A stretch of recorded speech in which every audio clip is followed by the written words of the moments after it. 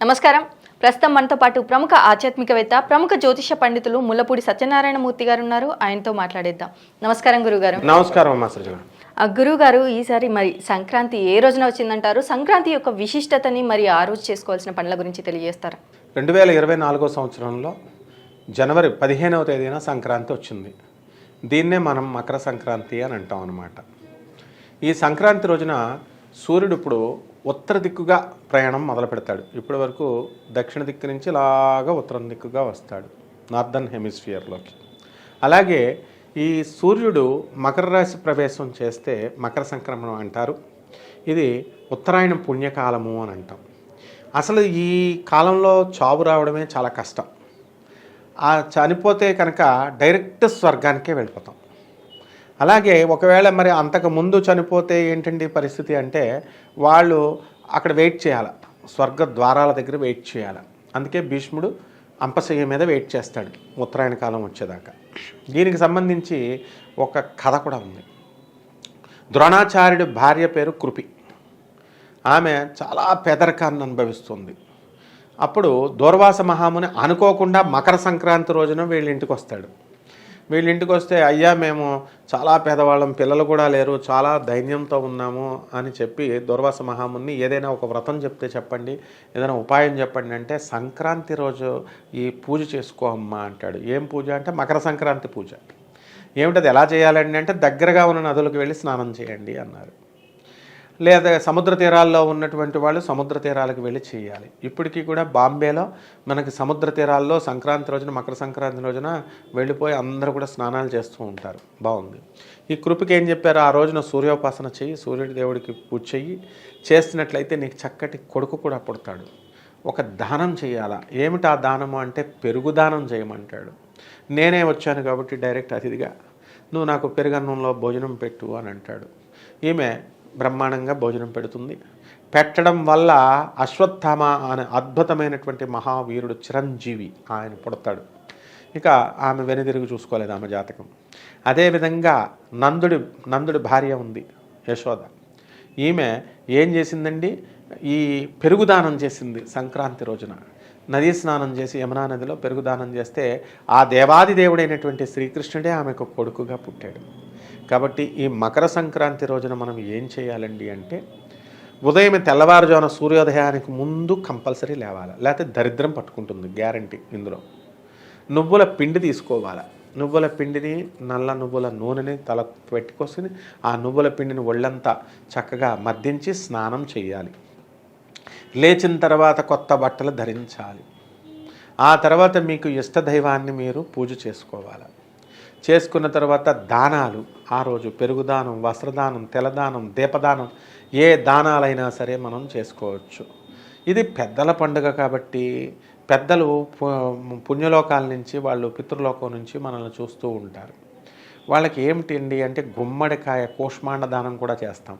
వాళ్ళకి మనకి ఎర్ర గుమ్మడికాయని అవన్నీ కూడా వేసి కలగొలుపు కూర, చిక్కుడుకాయల్ని అన్నిటిని, సొరకాయల్ని అన్నిటిని వేసేసి చక్కగా దప్పలం అంటాం, ఆ కూరని మంచిగా వండేసి ఆకులో అన్నము ఇవంతా పెట్టేసి పితృదేవతలకి నివేదించాలి.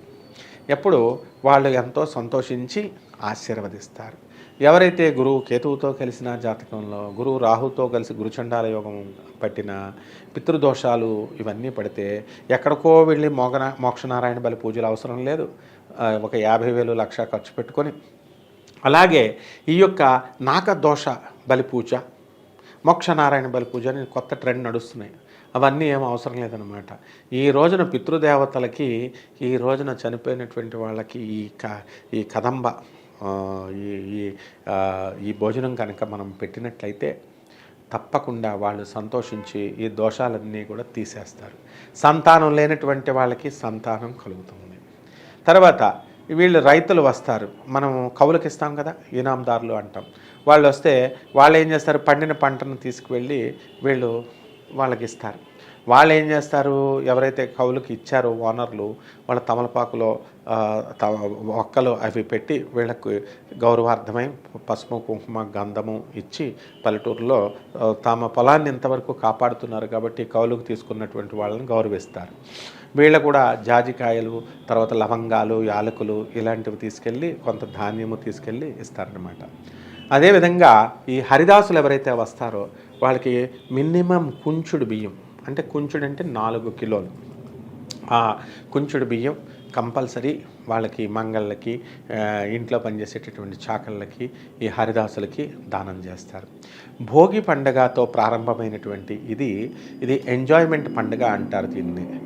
అంటే చక్కగా ఈ 4 రోజులు, ఈ 10 రోజులు కూడా వెళ్ళిపోతారు ఆంధ్రాకి. 4 రోజులు వెళ్ళిపోయి ఏమీ లేదు, ఏం చేశారా అంటే బ్రహ్మాండంగా వండుకొని తింటున్నాం, ఎంజాయ్ చేస్తున్నాం, మందు కొడుతున్నాం. ఇప్పుడు ఆంధ్రాలో కూడా ట్రెండ్ మారిపోయింది, తెలంగాణతో ధీటుగా తాగి పడేస్తున్నారు. కాబట్టి బ్రహ్మాండంగా అక్కడ ఈ యొక్క కోడి పందాలని చూస్తూ ఎంజాయ్ చేస్తూ పేకాట్లాడుతూ ఇవన్నీ కూడా చాలా చేస్తున్నారు. తప్పేం లేదు, ఎంజాయ్మెంట్ పండుగ అంటారు దీన్ని. కాబట్టి ఆరోగ్యం జాగ్రత్తగా చూసుకోవాల్సినటువంటి అవసరం ఉంది. కాబట్టి ఎవరైతే కొంతమంది నిష్ఠాపరులు ఉంటారు, మహాభక్తులు, వీళ్ళు వెంకటేశ్వర స్వామి వారి గుడికి వెళ్ళి దర్శనం చేసుకుంటారు. మరి మకర సంక్రాంతి టైంలోనే అయ్యప్పలు మకర జ్యోతిని చూస్తారు. వీళ్ళంతా కూడా ఒక 40 రోజుల ముందు లేదా 21 రోజులు, 11 రోజులు వాళ్ళ శక్తి అనుసారం అయ్యప్ప స్వామికి మాల వేసి కఠిన బ్రహ్మచర్యంతో నేల మీద పడుకుంటూ చల్లనీళ్ళ స్నానం చేస్తూ మరి ఎంతో కఠోరంగా దీక్షగా అయ్యప్ప స్వామి వారికి భక్తి ప్రపత్తులతో పూజలు చేసినటువంటి వాళ్ళు ఉన్నారు. వీళ్ళంతా మకర జ్యోతికి వెళతారు. వెళ్ళి అయ్యప్ప స్వామి దర్శనం ఈ సమయంలోనే జరుగుతుందన్నమాట. కాబట్టి అందుకే మకర జ్యోతి అంటాం. కాబట్టి భగవంతుడుతో పాటు ఈ సంక్రాంతి రోజున మనకి ఏంటంటే ఎడిషనల్ బోనస్ వస్తుంది. ఇప్పుడు దసరా పండుగ వచ్చిందండి, ఎంప్లాయీస్కి బోనస్లు ఇస్తారు రైల్వే వాళ్ళకి. మున్సిపాలిటీ వాళ్ళు ఏమంటే మామూలేదండి అని వాళ్ళు చెత్త తీసేవాళ్ళు పాపం ఇంటింటికి వెళ్ళి దసరా మామూలేది, దీపావళి మామూలేదని అడుగుతారు. అలా మనం అడగకుండానే ప్రజలందరికీ కూడా బోనస్లు ఇచ్చేటటువంటి పండుగ ఈ యొక్క మకర సంక్రాంతి. ఏమిటా బోనస్లు అంటే కేవలము దైవానుగ్రహమే కాదు, పితృదేవతల యొక్క ఆశీర్వాదము, పితృదేవతల యొక్క అనుగ్రహం కూడా లభిస్తుందన్నమాట. కాబట్టి ఈరోజు కొత్త పండుగ బట్టలు వేసుకోవాలా, చక్కగా బంధుమిత్రులందరినీ ఇంటికి పిలుచుకుంటారు. తర్వాత కొత్తల్లుల్ని పిలుచుకుంటారు. కొత్తల్లుళ్ళు అలకలు చేస్తారు. వాళ్ళు ఆ అలకల్లో మురిపం ఉంటుంది. ఆ తర్వాత ఈ విధంగా రకరకాల పిండి వంటలు, ఎక్కడికో ఒక 4-5 పిండి వంటల కంటే ఎక్కువే అన్నమాట వండేసుకొని శుభ్రంగా వీళ్ళు కుటుంబ సభ్యులంతా తింటూ పేదవాళ్ళకి దాన ధర్మాలు చేసుకుంటూ మంచిగా ఎంజాయ్ చేసేటటువంటి పండుగని పెద్ద పండుగ అంటారమ్మా. అదే ఈ యొక్క సంక్రాంతి. ఇది అలాగే గురువుగారు, సంక్రాంతి అతిపెద్ద పండుగ అయినటువంటి సంక్రాంతి రోజు ఎలా పూజించాలి, ఎలా ఉండాలి అనేసి చాలా చక్కగా వివరించారు గురువుగారు. ధన్యవాదాలు. ధన్యవాదాలమ్మా.